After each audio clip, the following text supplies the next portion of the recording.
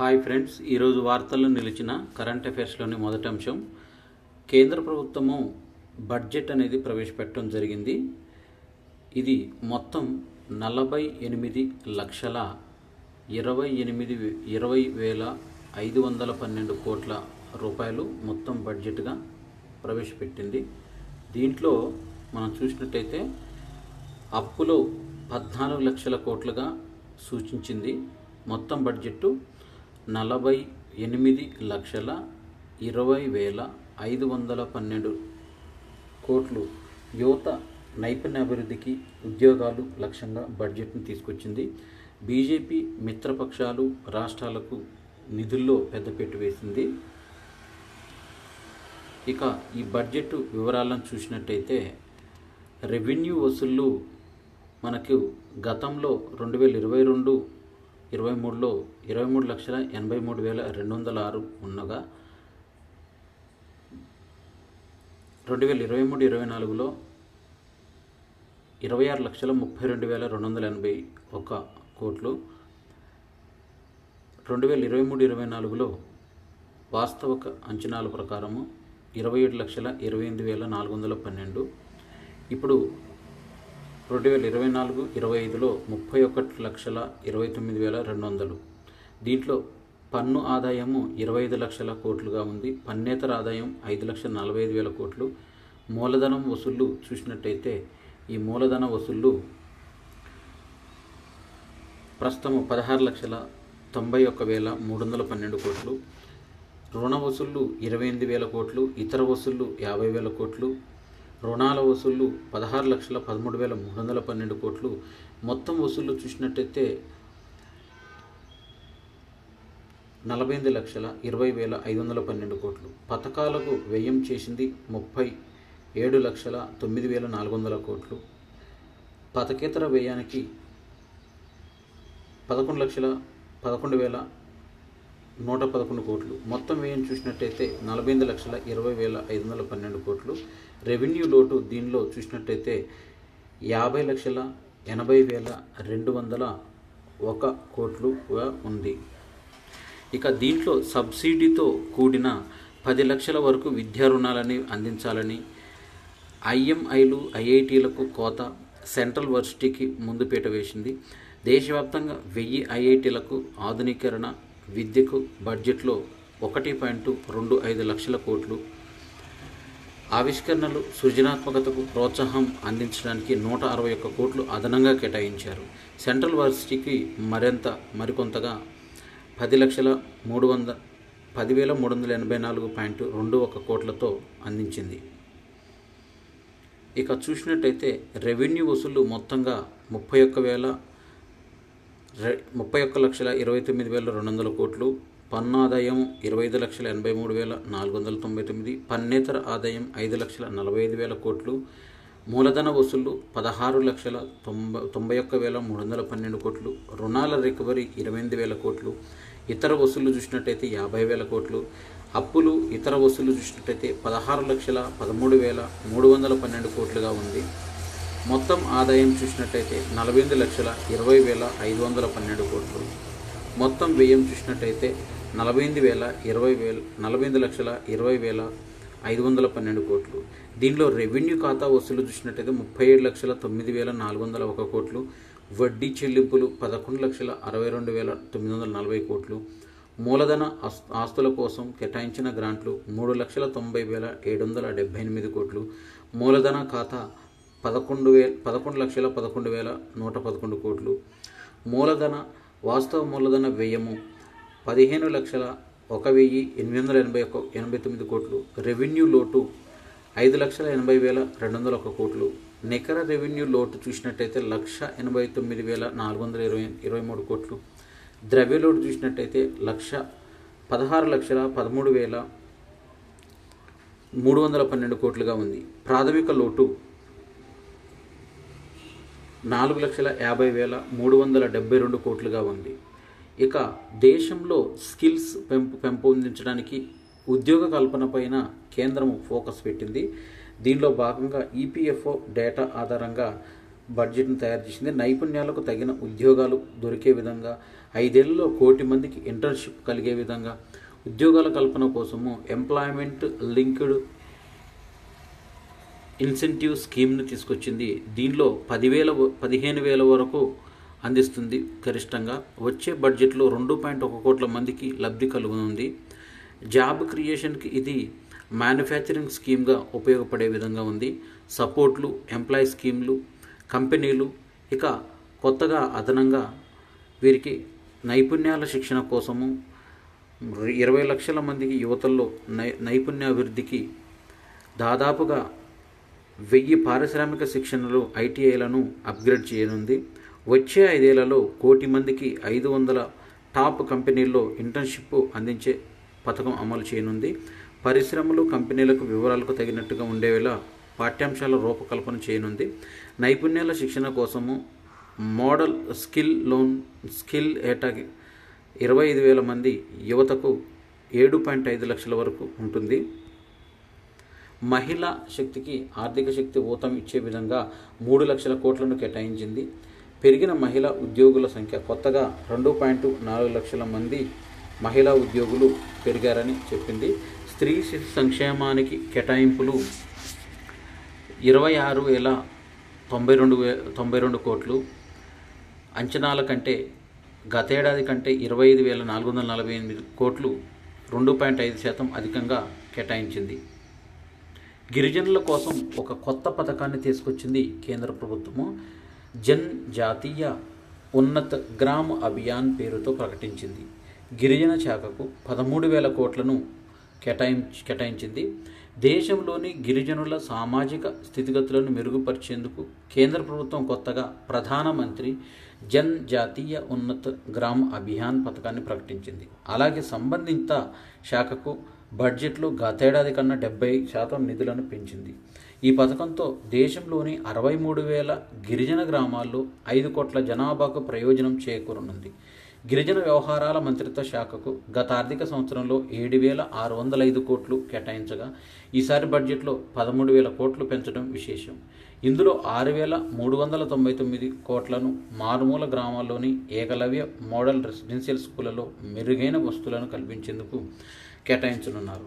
SC, ST, ఇతర వెనుకబడిన వర్గాలు, మైనారిటీలకు మాత్రం గతేడాది 2,959.43 కోట్లు కేటాయించారు. గ్రామాలకు గృహ యోగాన్ని కల్పించేందుకు గ్రామీణాభివృద్ధి, గ్రామీణ మౌలిక వస్తువులకు 2.66 లక్షల కోట్లను కేటాయించింది. పిఎం ఆవాస్ యోజన జీ పథకంతో గ్రామీణ ప్రాంతాల్లో 2 కోట్ల ఇండ్లను నిర్మాణానికి, ఉపాధికి యథాతథంగా ఉండే విధంగా కేటాయించింది. పర్యాటక రంగానికి 2,479 కోట్లను కేటాయించింది. దివ్యాంగుల సంక్షేమానికి 1,225 కోట్లను కేటాయించింది.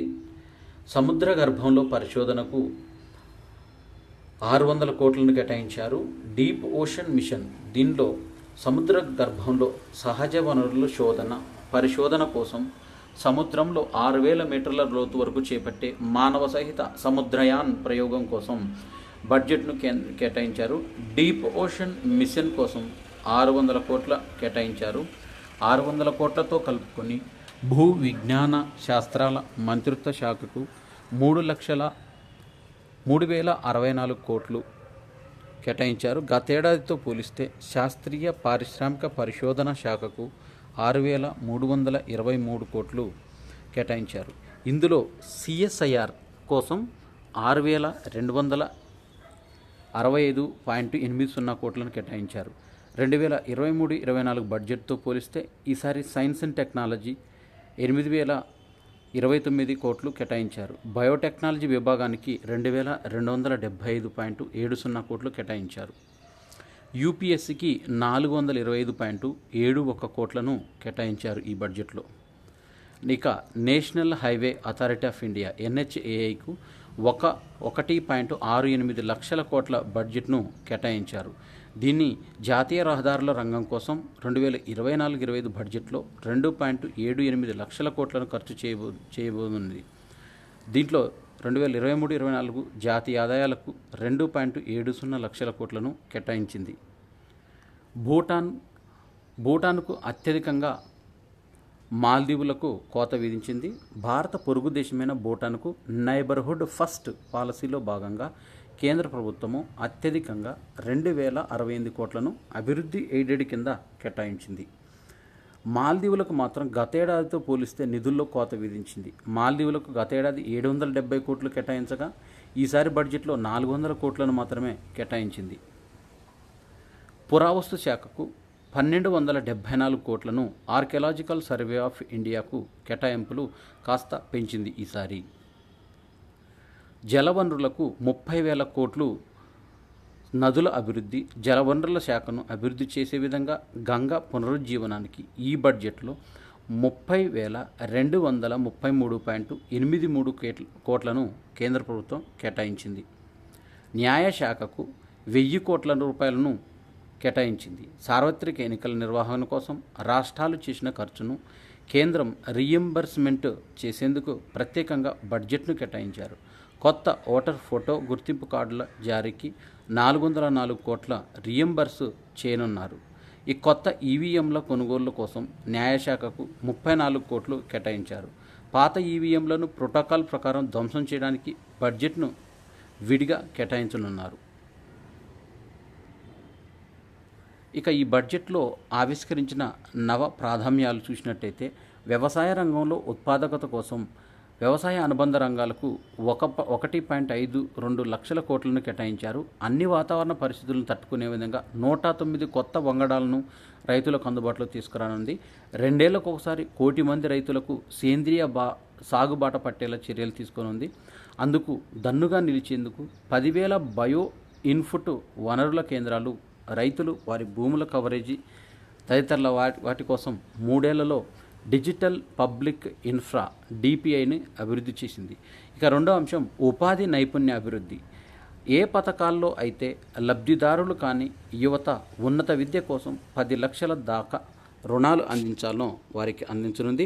5 ఏళ్లలో 20 లక్షల మంది యువతకు నైపుణ్యాభివృద్ధిలో శిక్షణ, ఉద్యోగి యజమానికి లభించే పిఎఫ్ ప్రోత్సాహకాలు తదితరాలు, ప్రత్యేకించి మహిళల కోసం పలు చర్యలు తీసుకొనుంది.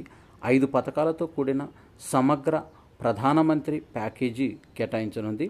మూడవది మానవ వనరుల అభివృద్ధి. దీనికి సామాజిక న్యాయం అందించే విధంగా పలు రాష్ట్రాల్లో పారిశ్రామిక హెరిటేజ్ కారిడార్ల అభివృద్ధికి 63,000 గిరిజన గ్రామాల సమగ్రాభివృద్ధికి ఈ ప్రత్యేక పథకాన్ని అమలు చేయనుంది. మహిళలు, బాలికల అభ్యున్నతి కోసం పలు రకాల పథకాలకు 3 లక్షల కోట్లను, ఈశాన్య రాష్ట్రాల ప్రాంతాల అభివృద్ధికై ప్రత్యేక దృష్టి పెట్టింది. ఇక నాలుగో అంశం నిర్మాణ సేవా రంగాలు. తయారీ రంగాల్లో ఎంఎస్ఎంఈల కోసం రుణ హామీ పథకాలు, థర్డ్ పార్టీ గ్యారంటీ లేకుండా 100 కోట్ల దాకా రుణాలు ఇచ్చే విధంగా ఏర్పాటు చేసింది. ఇక ముద్రా రుణాల పరిమితి 20 లక్షలకు పెంచింది. ప్రభుత్వ ప్రైవేటు భాగస్వామ్యంలో ఈ కామర్సు ఎగుమతి హబ్ను ఏర్పాటు చేయనుంది. ఐదోది పట్టణాభివృద్ధి. 30 లక్షల కంటే ఎక్కువ జనాభా ఉన్న 14 నగరాల సమగ్రాభివృద్ధికి ఈ రవాణా ఆధారిత ప్రణాళికలు, వ్యూహాలు ప్రధాని పట్టణ ఆవాస యోజన 2.0 కింద 1 కోటి మంది పట్టణ పేద మధ్యతరగతి కుటుంబాలకు ఇల్లు ఎంపిక చేసిన నగరాల్లో వచ్చే 5 ఏళ్లలో ఏటా 100 చొప్పున వీధి మార్కెట్లను ఏర్పాటు చేయనుంది. ఇక ఆరో అంశం తీసుకున్నట్టయితే ఇంధన భద్రత, ఉపాధి వృద్ధి తదితర రంగాల్లోతో పాటు వ్యవసాయం, పర్యావరణ హితాన్ని దృష్టిలో పెట్టుకునే సంప్రదాయేతర ఇంధన వనరులకు మరింత ప్రోత్సాహకం ఇవ్వనుంది. కరెంటు నిల్వ కోసం ఫస్ట్ స్టోరేజ్ ప్రాజెక్టులకు ప్రోత్సాహకం, ప్రైవేటు రంగ భాగస్వామ్యంలో చిన్న మాడ్యూల్ లాగా రియాక్టర్లను అభివృద్ధి చేయించనుంది. ఇక ఏడో అంశం మౌలిక సదుపాయాలు. దీర్ఘకాలిక లక్ష్యంతో 11.11 లక్షల కోట్ల కేటాయింపులు రాష్ట్రాలకు దీర్ఘకాలికంగా వడ్డీ లేని రుణాలను 1.5 లక్షల కోట్లకు కేటాయించింది.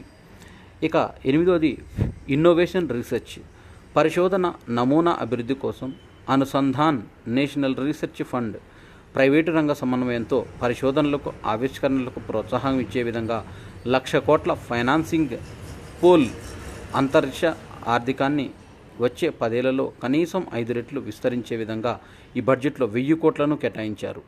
ఇక 9వది భావితరం సంస్కరణలు. భూములన్నిటికీ ప్రత్యేకంగా ల్యాండ్ పార్సెల్ ఐడెంటిఫికేషన్ నంబర్ లేదా భూ ఆధార్ అనేది కేటాయించనుంది.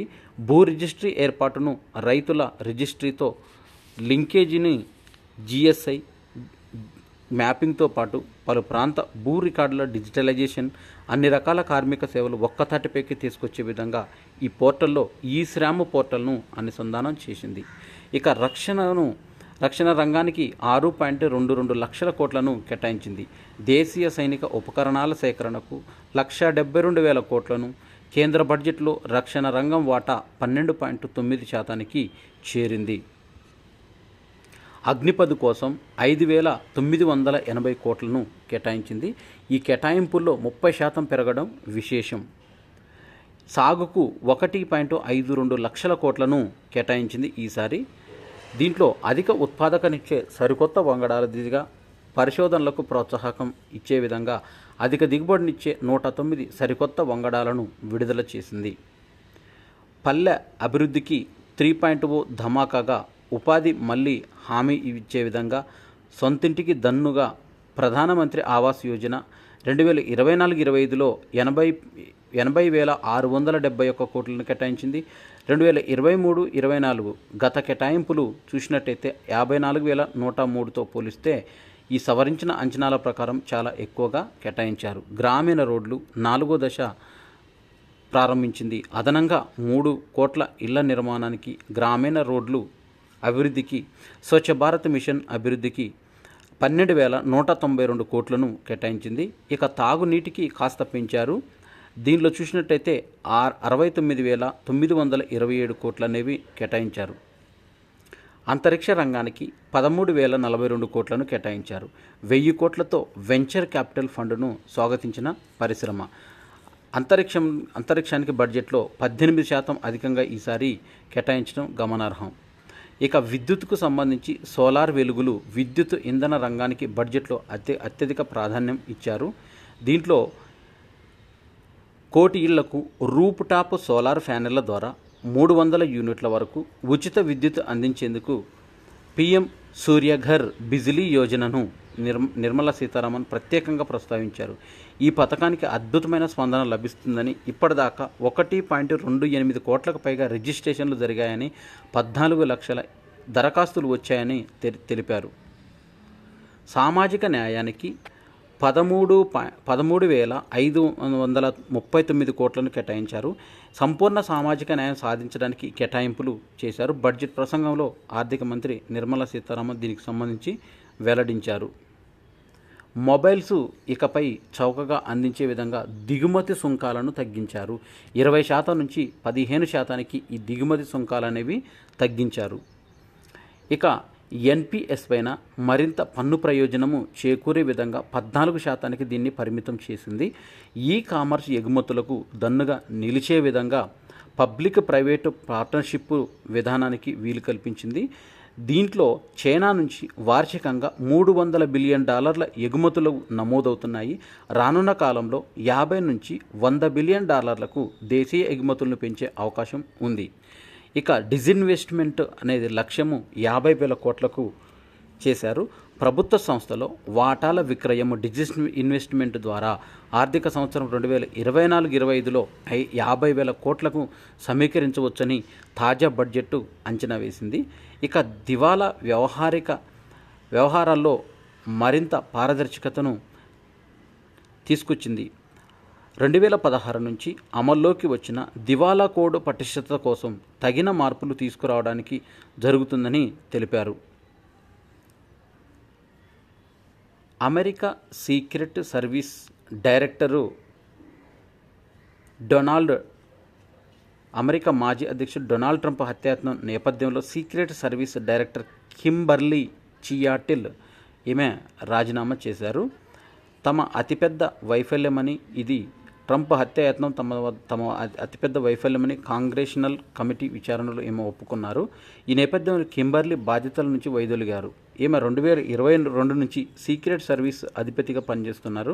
ఈ నెల 13వ తేదీన పెన్సిల్వేనియాలో రిపబ్లికన్ పార్టీ అధ్యక్ష అభ్యర్థి అయిన ట్రంప్ చేపట్టిన ప్రచార ర్యాలీ సందర్భంగా ఒక దుండగుడు దగ్గరలోని భవనంపై నుంచి కాల్పులు జరపడం, ఆయన త్రుటిలో తప్పించుకోవడం తెలిసిందే. 40 రోజుల చిన్నారికి ఆధార్ అనేది కల్పించి రికార్డు నమోదు చేసింది. దేశంలోనే ఆధార్ కార్డు కలిగిన పిన్న వయస్కురాలుగా మంచిర్యాల జిల్లా నన్పూర్కు చెందిన ఐజల్ ఫాతిమా రికార్డు సృష్టించింది. నస్పూర్లో కాలనీలో నివసించే సింగరేణి ఉద్యోగి మహమ్మద్ అఫ్జల్ పాసా, సమీరా తబస్సుమ్ దంపతులకు ఈ ఏడాది జనవరి 12న ఐజల్ ఫాతిమా జన్మించింది. చిన్నారికి ఫిబ్రవరి 21న ఆధార్ కార్డు నమోదైంది. అయితే దీనికి సంబంధించి ఫిబ్రవరి 21న దేశంలో జన్మించిన 40 రోజులకే ఆధార్ కార్డు పొందిన తొలి వ్యక్తిగా ఐజల్ ఫాతిమా గుర్తింపు పొందింది. మహమ్మద్ అఫ్జల్ పాషా తెలిపారు. ఇంటర్నేషనల్ బుక్ ఆఫ్ రికార్డ్స్లో తమ కుమార్తె పేరు చోటు సాధించినందుకు ఆ సంస్థ నిర్వాహకులు సోమవారం తెలిపారు. ఇంతకుముందు ఇదే రికార్డు పుట్టిన 43 రోజులకే ఆధార్ కార్డు పొందిన నిజామాబాద్ జిల్లావాసి ఆద్య పేరిట నమోదు అయ్యింది. ఇవి జూలై 24, 2024కు సంబంధించిన కరెంట్ అఫైర్స్. ఈ వీడియో నచ్చినట్టయితే లైక్ చేయండి, షేర్ చేయండి, కామెంట్ చేయండి. నా ఛానల్ సబ్స్క్రైబ్ చేసుకోవడం ద్వారా నేను చేసే వీడియోస్ అన్నీ మీకు నోటిఫికేషన్ రూపంలో వెలువడతాయి. Thanks for watching.